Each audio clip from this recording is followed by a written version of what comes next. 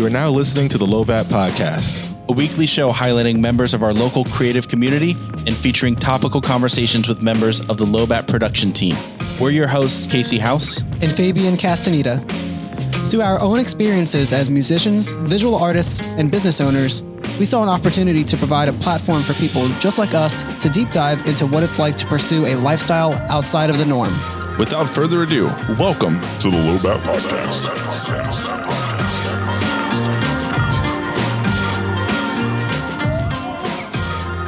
What's going on, guys? Welcome to the LOWBAT podcast. Today we have two special guests.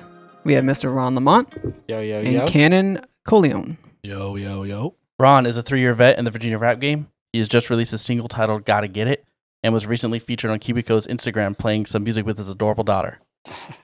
And in the past 2 years, Cannon has dropped 5 studio releases, most recent being called Nothing Personal, and recently had a performance at the Red Room. So, guys, welcome to the show. So you did your research. Yeah, man. Trying to be as professional it a little bit. can. Yeah, I like that. We love that video with on Cubico and everything. That was was so cool. Yeah, it was so random.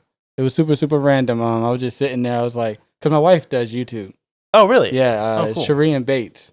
We do challenges and stuff. What's her YouTube handle? Cherie and Bates. Oh, it is Cherie and Bates. Yeah, Okay, Cherie cool. and Bates. I was just like, well, let's try something different. And we've been getting these boxes, so we got it. And I was like, I'm into music, Mm-hmm. and I was like, let's create something. So we was creating it, and then we just made it, and it was just for us, and it just ended up popping. And it's crazy enough, it just blew up, and they put it on their Facebook page. I think it's now, Really? yeah. It's I think it's at I'm not mistaken. I think it's 600 something thousand. Oh, Whoa. wow. Yeah. Wow. Yeah, man. Hey, I need that check, guys. Yeah, I was about to say, you need to be like, all right, guys, But so like, it also we getting opened up, free stuff? What's going on? Other opportunities for other STEM programs, because they started reaching out about like doing stuff with me and my daughter. Really? So That's cool. That's really Whoa. exciting. That's dope. Better turn this into something. yeah, never know. Man. Hey, that's why you just make stuff and see who catches on, right? Yeah, exactly. Speaking of, so obviously you guys just did a song, released it recently. You did a video with LOWBAT, and then you actually were featured on the song, kind of as like at least in the video. Correct. Yeah. How did you guys initially just like meet and decide working together, or like how did that relationship start? I can tell it. Well, I saw on my phone on Instagram, I got messages because I have a label, some management, Nothing But Greatness, which is MBG. That's what they stand for. Okay. Cool. And Cannon reached out about it, and so I was like, well, let's see where this go. But at this time, I wasn't trying to manage anybody. But I have managed artists before.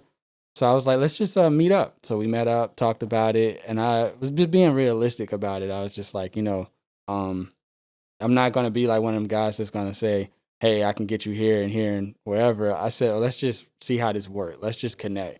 And then from there, he let me listen to his music. I was like, yo, this is dope. I saw his passion with it. And I also engineer. Oh, cool. So he reached out to me about mixing tracks. So I ended up mixing his last project, which is, remind me, Nothing personal. Nothing Personal. And from there, I was getting ready to do the video shoot. And originally, it was supposed to be Too Young and Swisher Sweet Pea, artists from out here in VA Beach. But they had other things come up. So I was like, oh, who's another dope MC? And I was like, oh, boom, Cannon. And actually, that worked out perfectly. It did. Because, we basically did that on the spot. There was no... Yeah, I wanted to ask. Like, obviously, we weren't there. But so, like the lines and everything, was that something that you had written previously, or was it just kind of like you were just freestyling, or like how'd you come up with that idea? Mine was written previously. Okay. Yeah. And mine was too, because mine is another track that's featured on my upcoming album. Okay, So- cool. But the idea just went about, like, the whole dialogue though after the freestyles, just on the spot. Yeah, I've talked to Ethan about it a little bit, and how like that was, if I'm not mistaken, that was like one take too. Like that was your first take, and it was one just take, like Jake. y'all nailed it. So Yeah.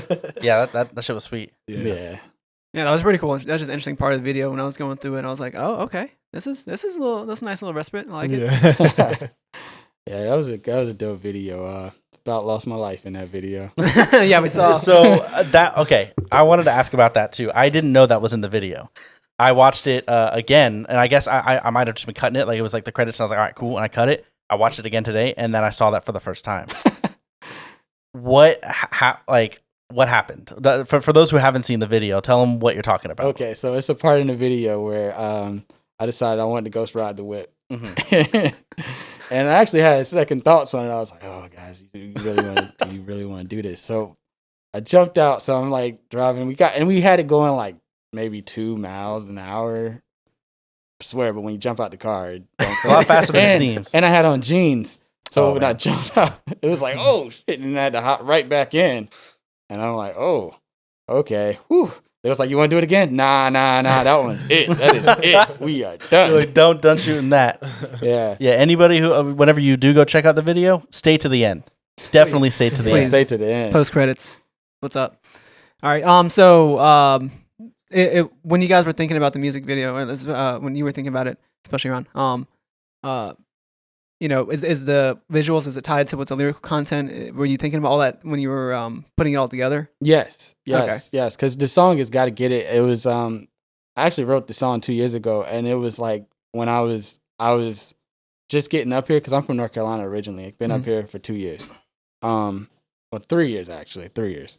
When I got up here, I was just working, and I work at the hospital, and at that time, I wasn't doing music, so I was like, I wrote this song, and I'm like, another month, another bill, dude. Like that's how I really felt. Right. And so all too relevant. Yes. So when I had the idea for the video, I was like, yo, I have to do this video with things people do every day. And what's typical jobs? I mean, warehouse jobs. That's really big. Uber, Lyft, the ride sharing. Yeah. And side hustles. Yeah, and then working in the kitchen, working at fast food restaurants. I mean, we had some other ideas, but those were the ones that was like, all right, this is what we're going to do. It's kind of that like relatable vibe of like this is the mundane 9 to 5. I mean, actually, it shows in the part where you're featured, where you guys are going back and forth a little bit. You guys are talking about that also, like, all right, like what are we doing? How are we getting out of this? Like, so that's the whole vibe of the whole video. That's kind of what you were going for. Exactly. It shows perfectly. Yeah, and they nailed it. Shout out to LOWBAT. They nailed it. Yeah. Awesome. Yeah, I saw like I'm currently working warehousing, so I saw that scene and I was like, man. I didn't even think about that. And I was like, man. I have to tell this. So when we were doing the video, we were shooting the warehouse scene.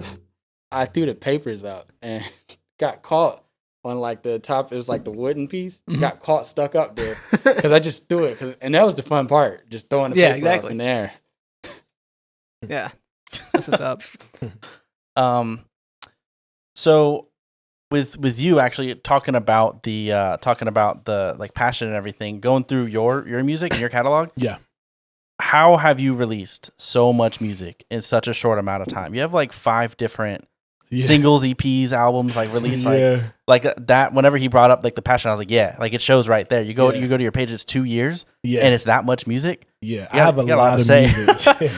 I have a lot of music, man, like written and recorded. So I just felt like at that time, it was like, time for me to put music out and get my feet wet and get people familiar with me and stuff like that, because everybody knew I could rap, but a lot of people didn't know me. You know what I mean? So it was just about putting myself out there. So you were sitting on music for a while before you released anything? Yeah, for a long time. That makes sense. Yeah, definitely. This guy has a lot of music. I mean, yeah, we can tell he probably's got even more up his sleeve. He's just working on. I know how it is. Wait till you hear what he's working on. Ooh. So that actually, that's a really good tease for not only something that I kind of. So we're both musicians too. Okay. And we're more in like the rock metalcore scene. Okay. And his band released music during quarantine. Okay. My band has been sitting on some music, and we're trying to figure out like how to play that out, because it's kind of a revival of a band, it's the whole thing. So it's like we can't play shows. We almost don't really want to do it. And both of you guys have released music within quarantine. Right. So I'm always interested about like the internal dialogue. Did you talk to anybody? Did you like, what led you both to that decision? I'll start with you, to actually decide to release it and not sit on it and wait until you can perform it again. You're talking about as far as my last album? Yeah. Well, I was working on that for a while, and it was just about putting the music out there. I didn't really think about like performing and stuff like that. Sure. it was just about me having this body of work that I really wanted to give out to the world, and I wanted people to hear it. So it wasn't really about like the performance and nothing like that. I didn't think about it like that. Interesting. It was just more about like putting it out there.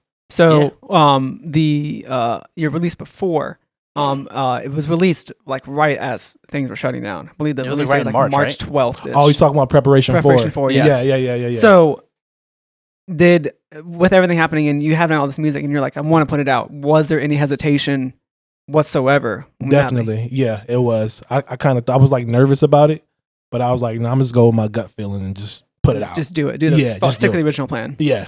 I like that. Yeah. I like that. Always go with your gut feeling. Yeah. Always. Feel that.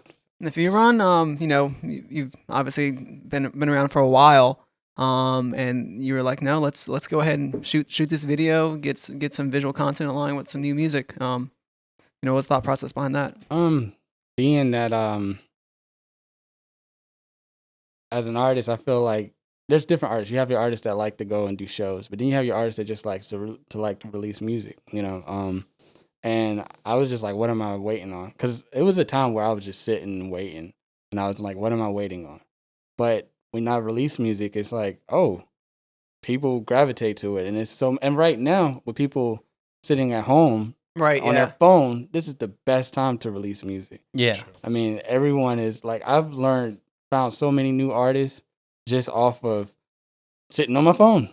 And that's the real reason why I just release music, because why sit here and try to time it? I mean, unless you got some big elaborate plan or you have somebody pushing you or some financial push behind you.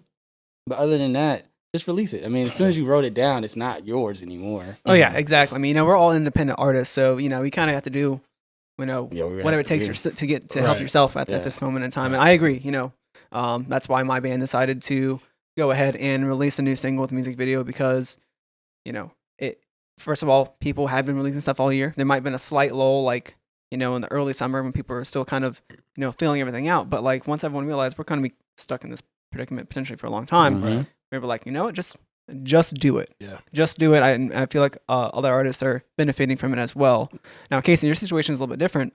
You're in a rebrand. So I was in a band for a while, for a couple years, and this is more or less a rebirth of the band. New name, new vocalist, but all the other members are the same. The style of music is different. So we're kind of in this predicament of like, we could release a single, or the album isn't finished yet, but we have music we could release. And we could even do a video for it and like have this whole elaborate thing. But what we're worried about is like basically showing all of our cards and not being able to do anything for, I don't know, like 6 more months potentially, or maybe even longer. And then it's like, okay, so here's our album. Let's say if we release it tomorrow, what do we do? Are people going to lose interest? Like, yeah, the music can be great and people can decide they could fall in love with it or whatever. But like, there's a connection loss. And I've always lived for shows. That's where I feel like I thrive, not only as an artist but as like a lover of music in general. I love shows, so it's like if I can't do that, like I almost feel like half of the music, especially in like metalcore or rock or whatever, the aggression is kind of lost, and so it's been a weird back and forth. We still might release something. I don't know, but. As basically a new band, I feel like it's kind of a different circumstance. I got a question though. Sure. So what's stopping you from doing like virtual shows? Like, how do you feel about the virtual shows? I guess we pretty much have the equipment that we would need. There isn't that much. We would need a little bit of help from LOWBAT to be able to do some video stuff. There's places we could record it too. So yeah. So like, I mean, my band, we've done like a quarantine style video where we all tracked our sections at home and then sent them off for mixing and getting all done like that. So that was like the extent of what we can do.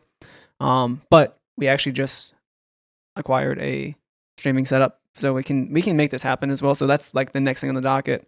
It takes a lot of work, and if you don't have a really good team to make it happen, or if you don't want to put in the research. For rock musicians, like, is a lot of moving parts, and you gotta be able to mic and track each instrument separately, make sure the mix is good. There's like, I'm working on with my mixer right now. My X32 has like I don't know, 28 channels being taken up. So that's just require a lot of mixing on the front end to make sure it's all good. But like, yeah, it's a lot of work, but I feel like that's probably what a lot of people are going to have to do until later this year, which is like the optimistic time when stuff can actually go back to being live. Yeah. And there are places that are talking about like potentially making that a real thing. I know that there's a couple venues, Elevation 27 being one of them, that has, I believe they've done it before already.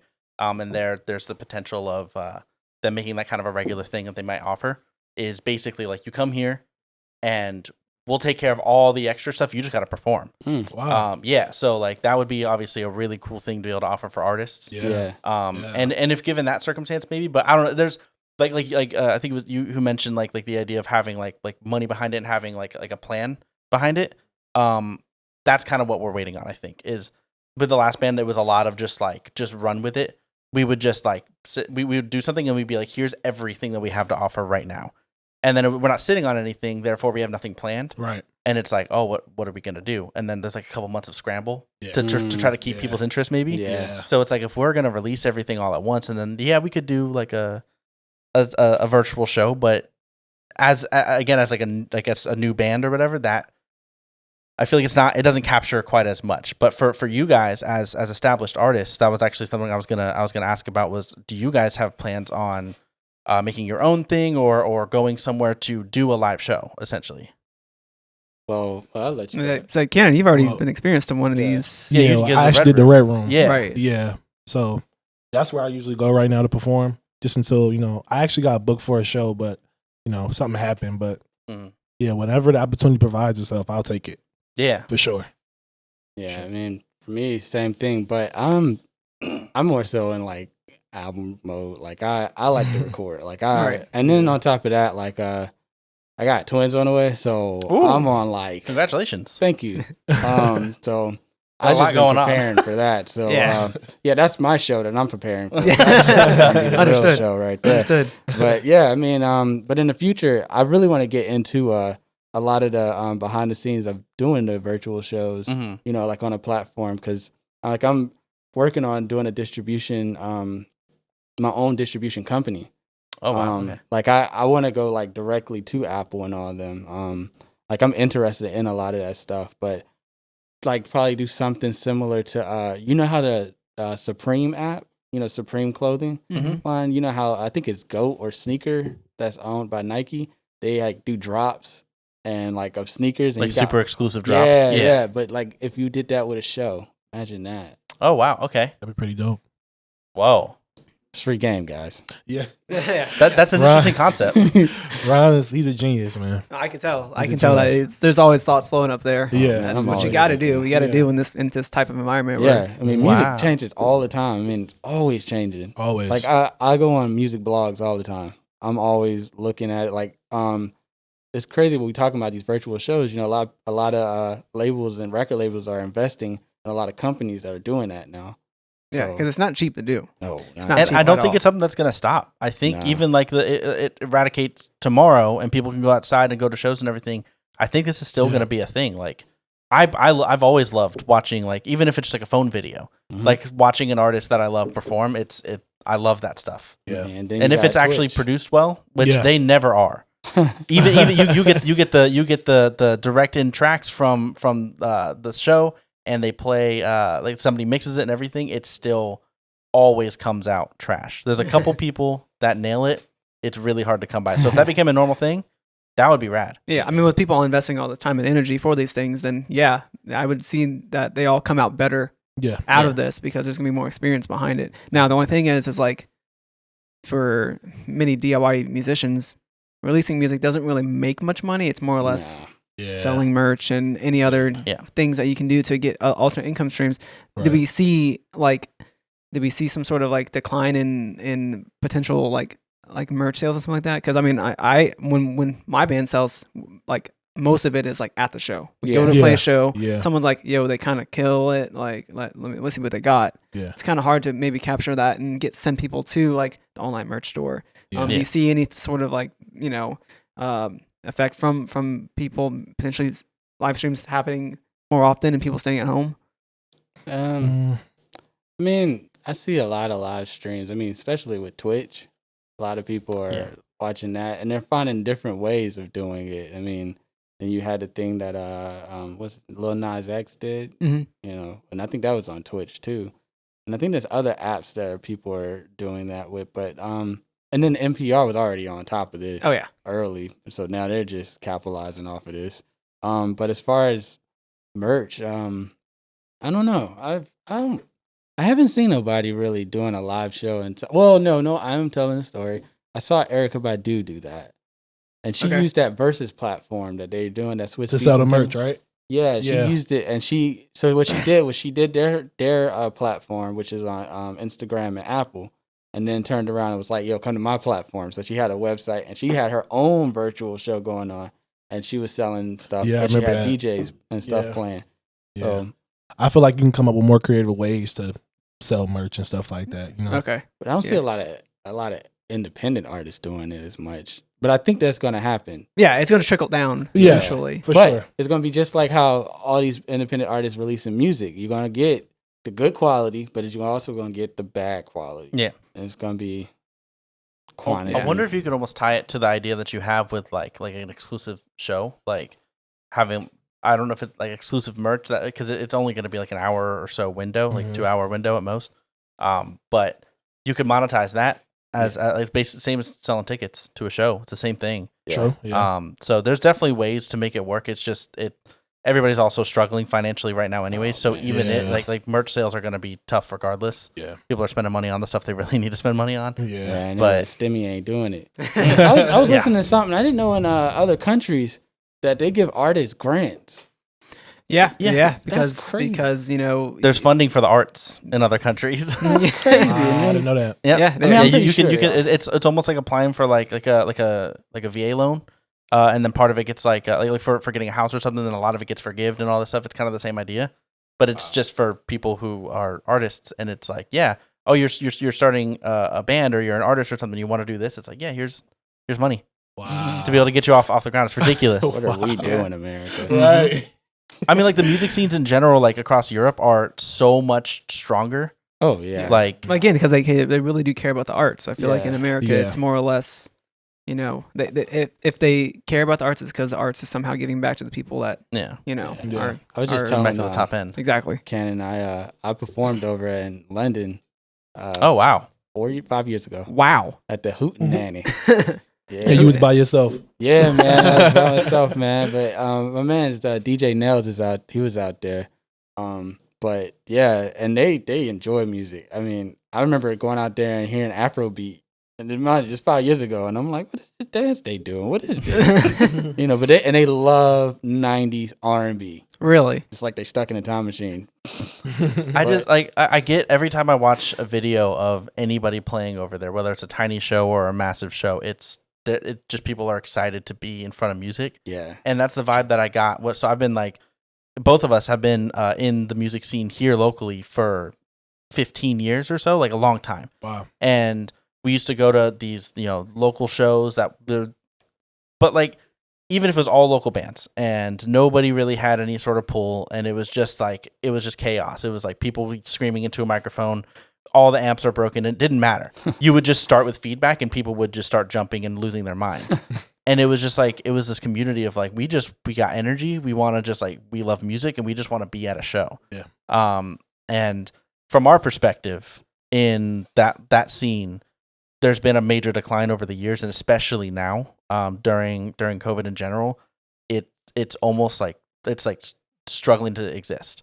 And I'm curious about your guys' perspective as the Virginia rap or just hip hop scene in general. How do you guys feel about how it has been to you guys over the years and like how it is now? I mean, I feel like it's kind of the same. Really? Yeah, to me personally, I feel like it's the same. Mm-hmm. You know, like I don't really see like a change yet. Okay. People are still doing the same thing. I feel like it's like every artist is different now. So you're gonna get like different things from different artists and stuff like that. Mm-hmm. So I don't really see a decline in it. I mean, I see artists doing different things now, but when all this happened, I think February, we did a show, Frequency Music Group, For the Vibe the Fest. Vibe Fest, and oh my God, that was like packed. I mean, we was at Elevation 27, had it packed out. Yeah. It was lit. I mean, I felt like we was at the height. I mean, because we went from, because I was with Frequency starting 2017 or 2018.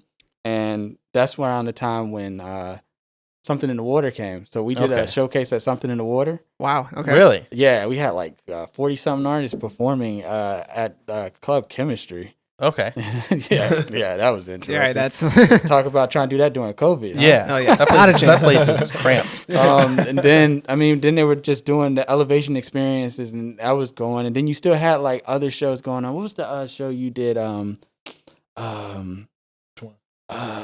was at Was it after Vibe Fest? No, the West Beach Tavern. Oh, the Way Up edition. The Way Up. Like you got shows like that, and I think that's still going on. Yeah, it's still going Really? on. Okay. Yeah. Yeah, and I mean it's a lot of other companies and a lot of other organizations coming up now doing stuff. But I'm starting to see a lot of podcasting, a lot of artists doing podcasting now, especially around here. Yeah, that's kind of, I feel like, it was just a culmination of all of us being involved in music and art and all this stuff, and realizing, like, I'm sure other people made the same realization that it's like that it's lacking either a podcast or at least like some way to just a good quality podcast, I guess, like somebody that's like really like willing to do it. Yeah. And so that's kind of the and Something in the Water was part, at least in my head, part of like the inspiration, because I get what Pharrell's trying to do, and what all of them from Virginia Beach are trying to do is basically be like, we got this awesome area, and they all blew up here and then left, and it's like let's give a little bit back. Yeah. And so I like the same idea here is basically wanting to be able to give everybody a platform, and it's not just musicians, it's everybody, really. Yeah. Like you got a story, you're an entrepreneur, you do something cool. It's like, cool, let's talk about it. Give everybody opportunity. Yeah, that's what I like about up here. I mean, I'm from Durham, North Carolina. Southern gospel is known. That's Shirley Caesar and all that. But there we had what was it? It was the Moog Fest there. Then we started having it's a lot of blues influence and jazz. So we had like this jazz fest and all of that. Okay.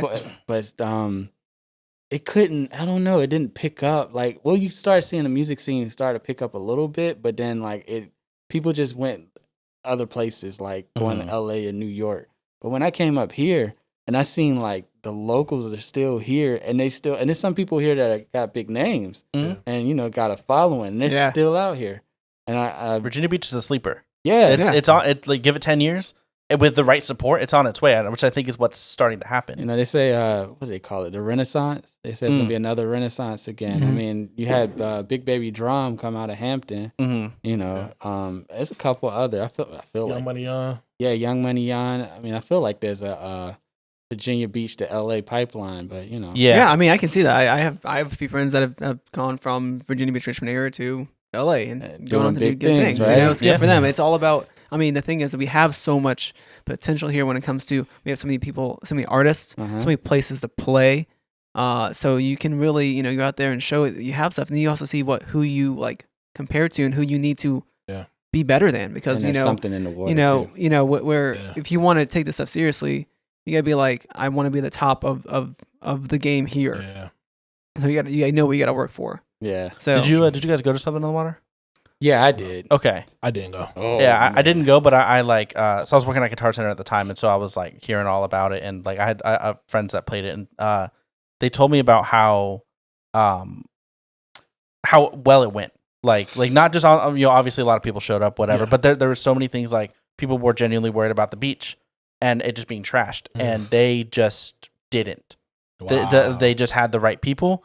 I don't know what it was. I don't know if they spent a lot of money on cleaning crews or if people were just being respectful or a mixture of both. Yeah. But it's like, it seemed like it was this whole community effort of like, it worked. Yeah, and it's like, man, they really wanted it. Yeah. It's community out here. Yeah. Because before that, Virginia didn't really have anything like that. Yeah. They have a few like festivals at the beach and things like that in the area, but like, you gotta go pretty far. Yeah, nothing that big for that community. Yeah, right. That was needed big. that. That was big. I mean, it was so many so many people out here. I mean, I think Sony had a stage out here. Timberland was giving out stuff. Adidas was giving out free shoes. And there were people that weren't even playing that showed up, like A-list celebrities that just weren't in Virginia Beach because something in the water is happening. It's like that's nuts. Yeah, that's such a big deal. Just like bringing attention to Virginia Beach, and like there's so many incredible albums that have been recorded here with like the Neptunes and all these people like really.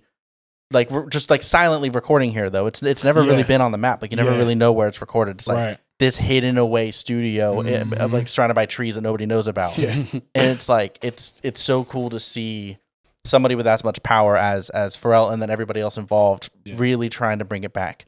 It sucks that second year COVID happened, but honestly, I was ready. Yeah, I think this is like part of the revival. Like a lot of people are sick of being aside. Yeah. Ready to go to shows again, ready to go do anything again.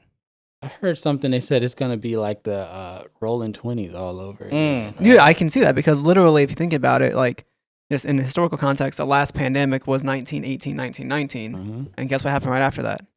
The 20s. So we're in the 20s. You never know. We'll see how that all plays out. It's possible. You go down, what's the other way? Go up? Yeah. People are ready. Like, I was actually just listening to a podcast and it was talking about pent-up demand. Like, that is an actual thing. And we're like, if something isn't available, when it finally becomes available, people will consume it. Yeah. And I think that's going to, bode well for musicians and creators and things like that because people want to go to shows. People want to go see movies. People want to go do stuff and be social. You're going to have people that don't normally do that stuff, like maybe have done it a couple times. Right. Like, I need to find something to do, man. Yeah, tired of being in the house. Exactly. So that could end up being a good thing for the musicians and creators and things like that. Sure. Even just on a small scale, it's just like these people who maybe went to a couple shows at times and like had fun or whatever, but like kind of just like let it die out. They're like their favorite artist is coming and they're not gonna miss it. Yeah, they're gonna go. Think about like the first show, like the first real like show back. Like, how crazy is that going to be? Crazy. It's going to be like this. I'm so excited. Man. I'm so ready for people to start coming through. There was so much going on in 2020 that like I was gonna go to like bands coming back. Shouts out My Chemical Romance coming back in 2020, and then I didn't even get to go see them. No one gets to enjoy that. There was so much amazing shit that was going to be happening, and it all got crushed. So like 2021, probably realistically 2022. I'm ready to like all my money. Take all of my money, take all of my time off of work. Yeah. Do what I got to do to go to these shows. Like, man. Yeah, live shows is where it's at too. Yeah. You just can't replicate that energy anywhere else. Cannot. I mean, I love going to live shows. That's how I find a lot of artists is going to like one of my favorite artists is this artist named Odyssey. You ever heard of? From DC. I went to one of his shows, which was like at the Lincoln Theater in Raleigh. Probably maybe 3,000 people, but it was packed out. Rocked that show. I mean, and I love any show with a band. You have a band? Oh, I'm in there.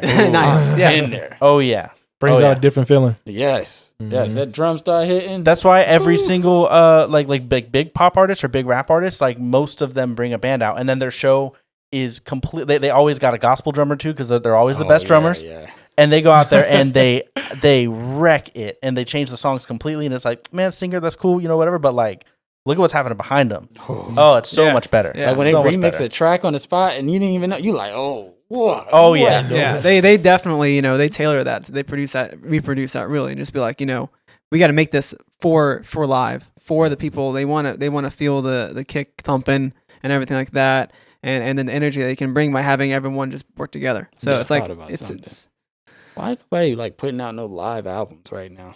I've actually there's been a decent amount that have come out in our scene. It's people have been either whether there be a live stream that was recorded and then set up as a live album for the people that missed the stream, or people that have probably sat on something. Yeah, I've seen old ones. Yeah, like I think Prison put out one that was like recorded before they even released their current EP. Really? Yeah. So it was just something to put out because people needed something. They were like, "Oh, we have this probably in the vault. Let's just do it." The one that popped in my mind was "Bring Me," released the Royal Albert Hall show. Yeah, exactly. That's what kind of they also released an EP this year, so I don't know why they did that, but I mean, I'm glad that they did because it was awesome. Exactly. Come on, hip hop, what y'all doing, man? You don't see that in hip hop too much. Really? No, live albums not in hip hop. Like it's a few. Like I know J. Cole put one out. He was like the last one, I think. Yeah, I feel like he was one of the last ones. Yeah, because everybody else is just doing studio albums. Yeah, just regular And studio albums. sometimes you want to listen to a live album. Yeah. You And know? I'm always interested in see how they decide to change up the songs man. to make it live, to make it for that live show. Yeah. So Have you guys ever seen Audio Tree Live or Tiny Desk or any of those? Tiny Okay. Desk, yeah. Yeah. So Yeah. so those are like some of my favorite things to see anybody do. Yeah. So Audio Tree Live is kind of similar, but it's a little less experimental. It's more like the band in a studio, and then there's like kind of interview questions in between. I've seen something similar. To Yeah, that. and I think that is like prime for where the world that we're living in right now. It's Yeah. like, go in the studio, everybody get checked and make sure everybody's good, for safety reasons. But then it's a small crew, Right. so it's like cool, it's fairly safe as you can do, and you get a chance to record something new, have something to say, talk about your experience through code, talk about whatever. Yeah. And it's like show your face again, as opposed to just like you could record and release a new album too.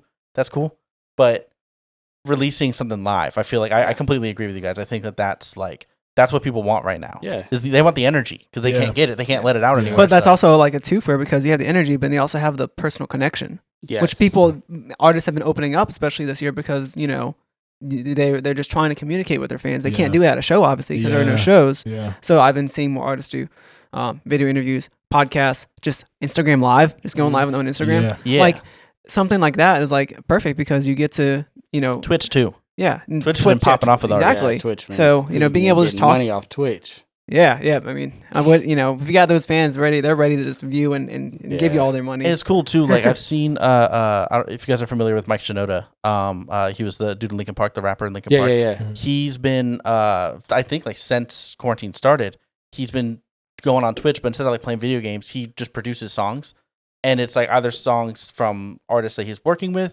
He does things with fans where they'll be like, make a Panic at the Disco style song or whatever. And he'll just like be like, okay. And then he just sits on stream for 5 hours and just is live That's dope. producing. And you can see his Pro Tools session. You can see everything he's working with. He kind of walks you through what he's doing. And That's dope. I think that's so sick to like get in their head a little bit. Yeah. And he's just sitting there communicating with the fans, reading through the chat, like, yeah. and also great. like making some money off of it to be able to, I think that's genius. How do you guys feel about the versus battles? How do you guys feel about that? I think it's a cool concept. Yeah. Like I think it's I don't know. I feel like doing I think the main thing to do right now is live. Just Yeah. do live with your own music. Mhm. Release some individual stuff. I think that's the mark that everybody's missing right now. Yeah. That's what I would say everybody should focus on. But a lot Yeah, of I'm kind of the people same boat. are using Versus to like release their projects and stuff too. Because I know with Versus, a lot of artists have their streams have went up. Oh, really? Mm. Yeah, and or they'll like drop an album or a song Oh, okay. right before. It's like That was a like comeback. promotion. Yeah, Yeah. I mean, That's smart. if it is blowing up, jump on it. That's like a lot of people on TikTok this year. yeah. Yeah. TikTok has blown up. So if an artist happens to find a song that matches whatever is popular in there, Yeah. boom, It's crazy. all those TikTok plays. blew up and they tried to shut it down. And it still Yeah, I know, kept right? going. Yeah. But going back to the point you were saying about the artists who produce, I was just telling Cannon, I was reading an article. It's this lady. She make that's like $1,400 a month off of just writing songs on Twitch. Really? Yeah, Wow. just writing. Wow. Okay. Did they have a name beforehand, or did they just build the name? I'm not even sure.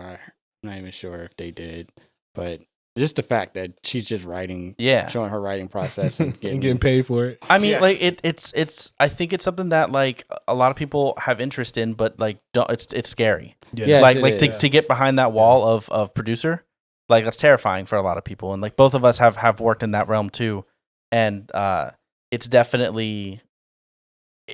I'm very happy that I learned what I learned, because even I wouldn't say I could produce a song per se from start to finish, but like I know what's happening. Mhm. And I think that's really comforting on my perspective. And I love hearing the business side of things. I love watching people's brains work. I love all that like behind the scenes stuff that doesn't get talked about enough. So I do Yeah. think one of the good things from this is a lot of those like curtains have been pulled back. Oh yeah, And people are seeing like the process. Drastically, too. I've been on so many webinars and I've been Yeah. taking advantage of this. I got on United Masters had something going on. Steve Stout's company. I was Yep. watching their stuff. And they were talking about like how they get their music on the PlayStation Network. and all that. Who else? It's just so many of them. I mean, and it's a lot of them. You know how they have a lot of conference that's like $400, $500 to go, and they're just having webinars. So I'm just sitting there like getting free game. Like, yeah, sign me up. Let me get this knowledge. Yeah, that's all about just being hungry. Yeah. I mean, having the passion too. Yeah. And so like whenever you're actually recording or like we'll say just from the beginning of like, all right, you got the idea for a song and you're self-produced. Is that like safe to say for all of your music you're self-produced? Most of it. Okay. So walk me through the process of like is it lyrics that typically come first? Is it a beat? How are you producing the beat yourself? Like where does it all start? So with time it has changed. So like now it's more so it's the lyrics. But sometimes it can switch up and it can just be a beat. Like the other day I had this it was a sample that was just stuck in my head and I was just like, oh my God, I got to put this down. So I put it down and I flipped it. And like when I sample, I try to flip it so you don't know what it is. Artist sampling. But yeah, so like I did that part and then I came back and wrote to it. So it just all depends on where I'm at that time. Like, okay. And then what about whenever you're working with another artist? Like if somebody's like, hey, I want to work with you. Yeah. What kind of role do you typically like to take in that? Do you want to be basically like, all right, we're partners in this. I'm going to help you write a song. Or is it more just like, I'm just going to help bring your song to like the next level, but I want to keep your song. So, shout out to my brother, Cali Cal. He's an artist I work with down in Florida. We've been working forever. With him, it's basically, we do different things. Like we have been in the studio together and he has like a sound that he wants. And he's like, I want it this way. And it has been a time where like, I just start working on a track and I come up with a hook and I'm like, yo, this is it. You should do this. And then he'll write to it. So it's just different. It just all depends on the vibe at that moment. And we also have conversations before we do anything. So. Okay. Yeah, that makes sense. What about you, Cannon? How is your approach when you're, ready to track and all that? I mean, it's all about catching the vibe for me. Usually I just put a beat on and I just try to like zone out. And then sometimes I make him write without the beat or, it's just a different process for me. So you find yourself writing to a beat more frequently than writing to just like nothing? Yeah. Okay. Yeah. You just put on a beat and you're like, all right, like this is putting me in this headspace. I'm going to write to this. Yeah. And sometimes I might come up with a concept and I might, like this is a concept I want to write on. So let me see what beat fits the concept I want to talk about. Yeah. Oh, that's interesting. So you got to match it up. You got to match the feel up. Yeah. Is that a in-studio thing? Is that like you have a setup at home? Like yeah, I got a home studio. Okay. Hell yeah. And are you producing your own stuff? Or are you bringing somebody in? Or? I have relationships with like different producers. Okay. Yeah. So, but I still consider him a producer in a sense because although if you don't make a beat or something, that doesn't mean you're not a producer. I mean, he arranges very well. Okay. He's really good at. Yeah, I mean, there's so many like in the songwriting process. There's so many like moving parts, and then sometimes it's just best to have as many heads as you can, or if you can just pop something out that's like it's good off the spot, then boom, you got that. So because sometimes as an artist, I have times where I have songs where it may take me weeks to finish, and then I may have songs where I finish like in a day. Absolutely. So it depends on the mood, the excitement. I bought a new guitar over quarantine. Yeah, I came in, I wrote a song that day because I was excited about it. Yeah, see. So I mean, it's just how that day you feel. Yeah. Otherwise, I'm real big on the collaborative effort. I really like writing music from start to finish. We have a song, but I still look at it almost as a concept, and then I bring it to a producer that I trust, and then we collaborate on that song. Right. And it's like if it ends up changing drastically, that's okay. As I still want it to. I even if it changes completely, it still is birthed out of my idea, and as long as I still follow it and it still is portraying what I want, then I'm happy. Usually that's not the path that it takes. Usually like things will change a little bit, but if they were like this is trash, I'd be like, all right, look, like nah, like we're gonna keep this. Like I have done that with other engineers and other producers. Be like, this ain't it, man. Sometimes that's just what they got to hear, though. Yeah. You know, I mean, I'd rather, especially like if you got a bigger project, like rather know off the bat, be like, look, this part right here. Let's not worry about that. But what sucks is that a lot of artists can't take criticism. They really can't take it. What you mean? What you mean, man? them bars right there. What you talking Or about? like, I they- ain't talking or about like your it's like, bars. oh, you hating on me? Yeah. I ain't talking about that. It's never anything personal. It's just that your name is going to be on it, but so is mine. Right. So like, let's Yeah, make it's like, sure. you want me to talk about this single? All right, well then we're gonna just work on it. Otherwise, I'm gonna be like, don't put my name in the credits. Like, I'll help you out because you're paying me, but otherwise, like, Don't put my name on it. yeah, I don't want to be affiliated with this at all. Like, this is Right. trash. Especially if the beat is bad too. Like your words can be bad. That's one thing, but like they come in with like their 808s are like over compressed and sloppy, and it's just like, all right, so like, have you actually listened to this? Yeah, I played it through my phone speaker. All right, but have you listened to it anywhere else? Nah. Well, okay. See, a lot of people don't. A lot of people go straight to their phones and listen to the mix, opposed to listening to it in their studios. And even the setup of the studio. I mean, with me, like I went to school for engineering. You know, you got to have it set up a certain type of way. in the right room and all that. Yeah, you It gotta treat all the room. matters. Like even how it carries over to a phone does matter. Yeah. But it's like, look, that can't be your only reference because then like you don't know. You put a sub on it and then it's like, oh, this is like vibrating my entire car. Like, yeah, because you turn the bass all the way up. Like, what are you I doing? got a funny Just to story. get that little like on Yeah, your phone. it's like, man. So like I was engineering for some artists back home, and I at this point I wasn't smoking or anything like that, but they were smoking heavily, right? On that, they had some straight gas. So I'm in there just mixing, like I'm like, yeah, this is it. Came back the next day, sound horrible. Mm. And it's on YouTube, and I'm not gonna tell anybody what it is, but Oh, it was a popular producer track, and I was like, why did you let that go? Oh man. That's It's the the worst. regret. Yeah. It's the regret. But I mean, you know, it's important for artists to realize that sometimes, you know, you got to listen to people Yeah, Yes, of course. yes. because Of course. especially if you don't have the resources to get certain things on yourself, you're going to have to hand it off to someone that does. Yeah. And That's very true. the sooner that people realize that, I feel like it's more benefit than anything. Yeah, I mean, yeah, I was an idiot. I've been We there. all were. Oh, we idiots. all been there. I've released some trash ass music We all that been sounded there. like shit. Like, it is what it is. But you never- learn from it though. Yeah, You yeah. learn I from was it. like, this is awesome. But I was like 18. And then yeah. years go by and then I'm like, yo, this is like, I'm embarrassed by this, It's man. horrible. But it's like, yeah, I learned from my mistakes. And Do and you then I was guys have music that like you can't listen to because it's so bad? I would no. it holds a charm because it's like a time in my life, I guess. Yeah. Yeah. But it's definitely not something that I would show people per Right, se. keep And it to anytime yourself. that anybody listened to it, like not really so much now, but like back when the band was a thing, Yeah. I was always like, really? Are you sure? There's so much good music out there. Like, Yeah, you really want to yeah. listen? And they're like, yeah, I love it. All right, like I Yeah, appreciate the yeah, support, I guess, but yeah. damn. Right. I definitely had to open up an old laptop the other day to Mhm. pull something from it, and I was like, "Oh, look, it's my first band's demos when I was 16," and I'm just Wow. like, "Let's just give it a click," and then Yeah. instantly just cringe. It's Am like, I Yeah, it's correct for cringeworthy. what mic was used? Yes, you are. It was a rock band mic.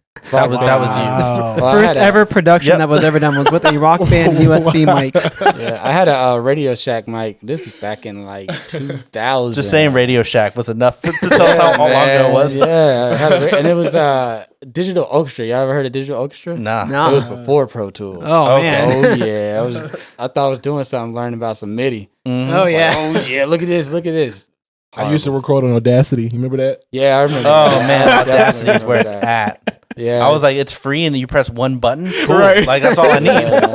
yeah, I graduated from Digital Orchestra to Sony Acid Pro, Oh, nice. Okay. Okay, Yeah, I went you're there. making your way up there, and and then then I went to Fruity Loops, and I was like, oh, "What is this? What is Mhm. this?" so you start getting to the big boy ones. Yeah, right? yeah. And then Pro Tools, and it was like, up. It's a wrap. It was Right. over from there. I have never liked Pro Tools. Wow. If you're You like Logic? no, No, me and so Casey are in the same boat right I here. jump between Cubase and Reaper. Cubase is Really? good. You ever use Reaper? Yeah, No, yeah, yeah. Reaper's one of those things that's free. Yeah, I like Reaper. Reaper, if for demos, amazing. It's Yeah. simple, and then I feel like Cubase is one step up for simple. It's very user friendly, and I'm not making a 130 track with each one with 16 plugins album or anything Yeah. like or song or whatever. Pro Tools is where I feel like you start doing that stuff. Pro Tools Yeah. has way more.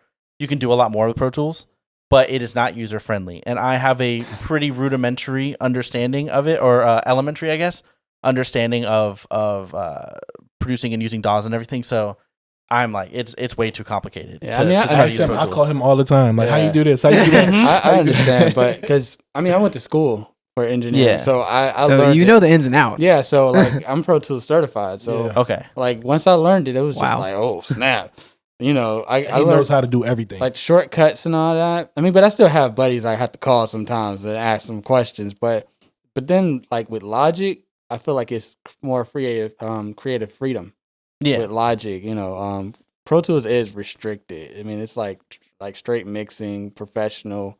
Logic is like, I just want to go here, just want to do this. Yeah. So Yeah, that's definitely what I prefer, especially because most of my work is with just creating demos and I've never and doing used simple MIDI and Cubase, stuff. though. No, Cubase is cool. Yeah, I like Cubase. I work with Cubase often, and like for me, like between like Cubase and Pro Tools, like Cubase just looks better to me. Mm. I It's agree. just the interface just looks better, like visually to my eyes, and I can understand it a little bit more just by looking at it. So Right. I kind of just gravitated towards that. I just know where to find stuff in Cubase. Pro It's Tools, easier it's for like you. things are kind of in the same area, but often like they're just kind of not. Hitting. Yeah, and it's like, oh, you gotta want be you want this certified to setting? know- Cool, you got to go understand through exactly these what these it is. layers. That's how they Some get you. hitting controls. Yeah. Mhm. Yeah, man. You got to know the key bindings and everything. Like, yeah, I mean that test ain't easy. yeah, I can imagine. But that's when they see you and you pull up Pro Tools and you're fluid with it.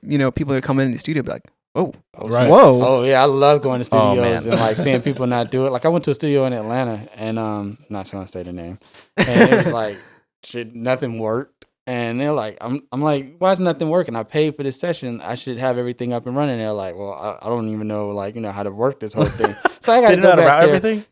Say it again. They don't know how to route everything. No. Oh my god. No. And these are interns. Mm-hmm.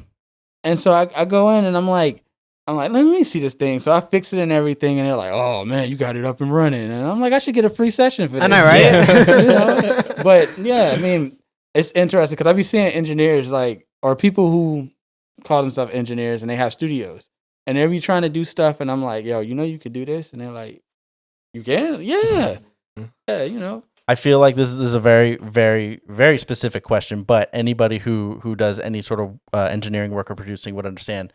Do you use a regular tracked mouse or do you use a ball mouse? ball mouse. Okay, what about you?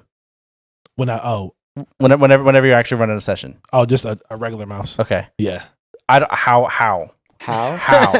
I was up in Richmond recording an album earlier this year, and he was like, all right, go ahead and MIDI out the idea for drums that you have. And I was like, cool, no problem. Put up the piano roll, and I was like, cool, I got this.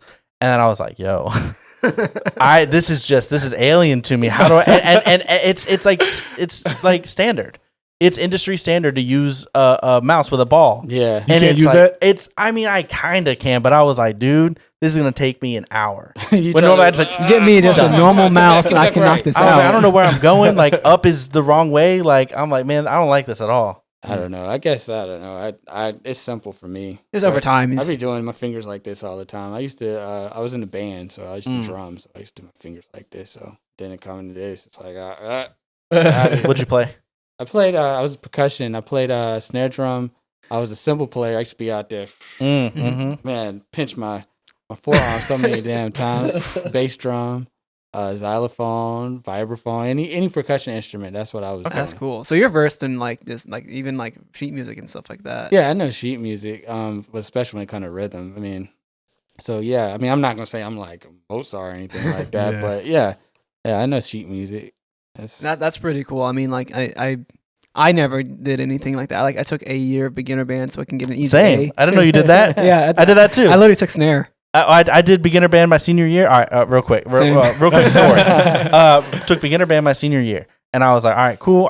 My goal was to learn how to read music and then kind of learn some scales. Yeah. I was like, if I walk out of here, learn some scales, learn how to read basic sheet music, I'm happy.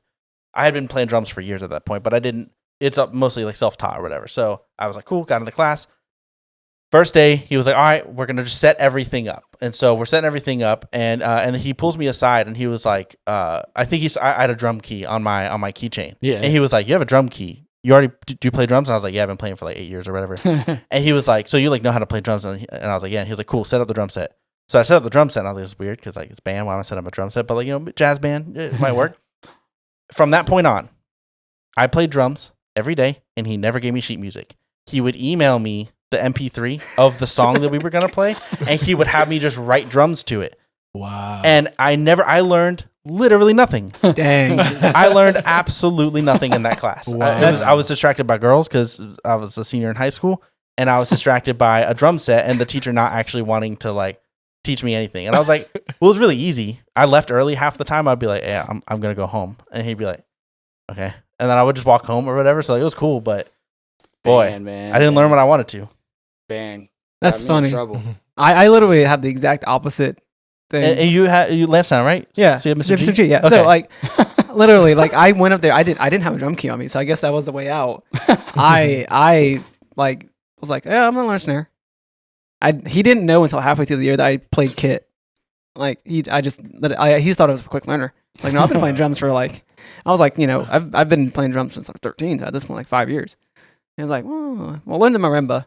So that now that I got a chance to actually learn sheet music and all this stuff, snare is just one note, so it's learning your note values. Yeah.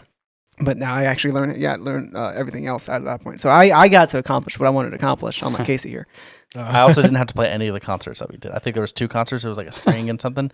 I didn't have to play either of them. I don't really remember. I think it was because I just wasn't showing up. And then he was just like, whatever. And then he got like the jazz band drummer to show up and play. And I was like, cool. The one thing I really didn't want to do, I managed to just not have to do. That was great. Shout out to Mr. G. That class was great. Easy A. Yeah, I feel lame because I don't have any band stories. Nah, yeah, I was in marching. I was in concert band, then went to marching band, and then to the ensemble. But marching band was my thing. But I mean, I was always jealous of the people in marching band because, like, I was like, I was like, I could probably learn how to do that stuff. But then, like, I had a friend that was out there, and it was like, band camp. band camp. And it was like, and they just said how horrible it was because Virginia summers are hot. And they were talking about how much work was put in. I was like, no, I'll stick to playing baseball. That'll be my exercise. Band for me was fun actually. I mean, I didn't go to my Disney trip though, because chasing out that chick. But it happened. Man, that's like the only reason to do it. I know, right? But I had fun in band. I mean, it was great. I learned a whole lot. But I say, it's so much value in just learning all that. But that whole time I was just like, man, I ain't gonna be doing this. I'm trying to become a rapper, trying to get up out of here. I just sent my demo over to Grand Hustle. T.I. about to see my stuff, and then I get a letter. When did you actually when did you realize that's the path you wanted to go on? Like, how young were you whenever you were like, you know what, rap, that's the way to go? 12. 12. Same for drums. Really? So interesting. Yeah, I got a Zoom 1, 2, 3 drum machine. Okay. And I learned how to. It was so 80s, so retro. Like the 808, it had the actual 808s and all that. So and it was the step patterns on it. So I used to play that all the time. I thought I was doing something with my Radio Shack mic and digital orchestra, but I mean, those were classics to me, Yeah. I made a rap called My Crime, and it won't. I'm little old me ain't thinking about no crime or at 12 years old.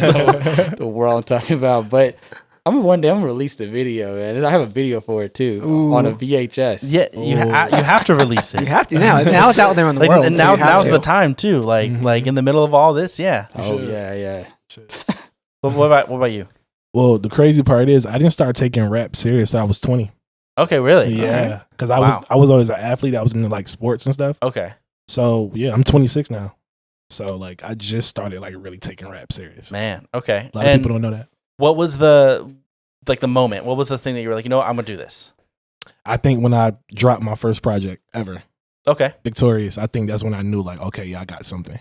So as far as inspiration, and by inspiration I mean almost what you're like you hear the artist that you're like, that's what I almost want to sound like.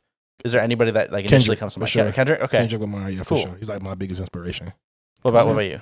For me, T.I. was my inspiration. Okay. Like I said, I was trying to go on Grand Hustle. I mean, T.I. and Jay-Z was like mine, Mm-hmm. and Pharrell as well.